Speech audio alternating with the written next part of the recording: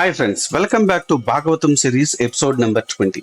నా ప్రీవియస్ వీడియోలో ధ్రువ చరిత్ర గురించి ఎక్స్ప్లెయిన్ చేశాను. ధ్రువుడి కథా సారాంశం గురించి కూడా వివరించాను. ఎవరైనా ఇంట్రెస్ట్ ఉంటే ఆ వీడియో కూడా మీరు చూడొచ్చు.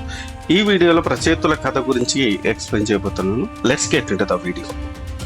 పృథుమహారాజు కుమారుడి పేరు ప్రాచీన బర్హి. ఆయన భార్య పేరు శతధృతి. ఆ పుణ్య దంపతులు ఎంతో శ్రద్ధగా యజ్ఞయాగాలు చేశారు. కొన్నాళ్లకు శ్రీహరి అనుగ్రహంతో వారికి ప్రచేతసులు అనే 10 మంది కుమారులు జన్మించారు. వారందరి పేరు ఒకటే, ప్రచేతసులు. ప్రాచీన బర్హి తన 10 మంది కుమారులతో సంతానాన్ని వృద్ధి చేయండి అని ఆజ్ఞాపించాడు. తండ్రి ఆజ్ఞను పాటించాలని భావించిన ఆ ప్రచేతసులు శ్రీహరి అనుగ్రహం కోసం తపస్సు చేయాలని నిశ్చయించుకొని పశ్చిమ సముద్ర తీరానికి చేరుకున్నారు. ఆ తీరంలో వారికి ఒక అందమైన సరోవరం కనిపించింది. అక్కడే వారు తపస్సు చేయడం ప్రారంభించారు. ఒకనాడు మహాతపస్సులైన ప్రచేతసుల్ని చూద్దామని శంకరుడు అక్కడికి వచ్చాడు. వారిని చూసి వారికి శ్రీహరి దివ్య స్తోత్రాన్ని ఉపదేశించాడు. శంకరుడు ఉపదేశించిన దివ్య స్తోత్రాన్ని శ్రద్ధగా పఠిస్తూ 10,000 సంవత్సరాలు ప్రచేతసులు సముద్ర తీరంలో తపస్సు చేశారు. చివరికి శ్రీహరి వారికి ప్రత్యక్షమై, ప్రచేతసులారా, మీ తపస్సును సంతోషించాను, మీకు వరాన్ని ప్రసాదిస్తాను. మీరంతా ఒకే ధర్మాన్ని ఆచరిస్తున్నారు. మీ అందరి ఐక్యత ఆదర్శప్రాయం.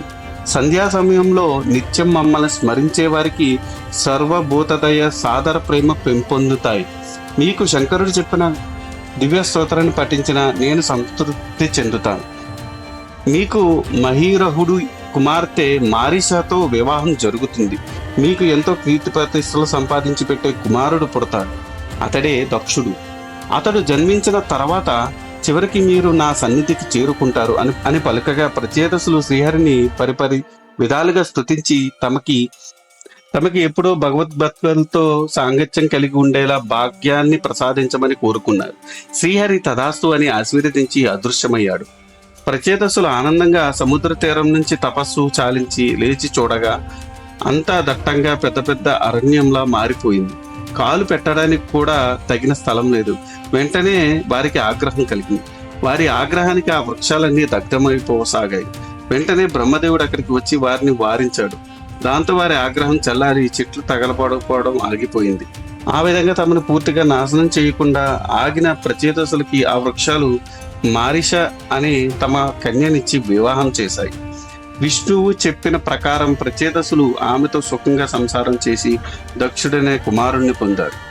తరువాత నారద మహర్షి ప్రచేతసులకి జ్ఞానబోధ చేయగా వారు శ్రీహరిని ఉపాసించి ఆయన దివ్యధామాన్ని చేరుకున్నారు. ఇది ఈనాటి వీడియో.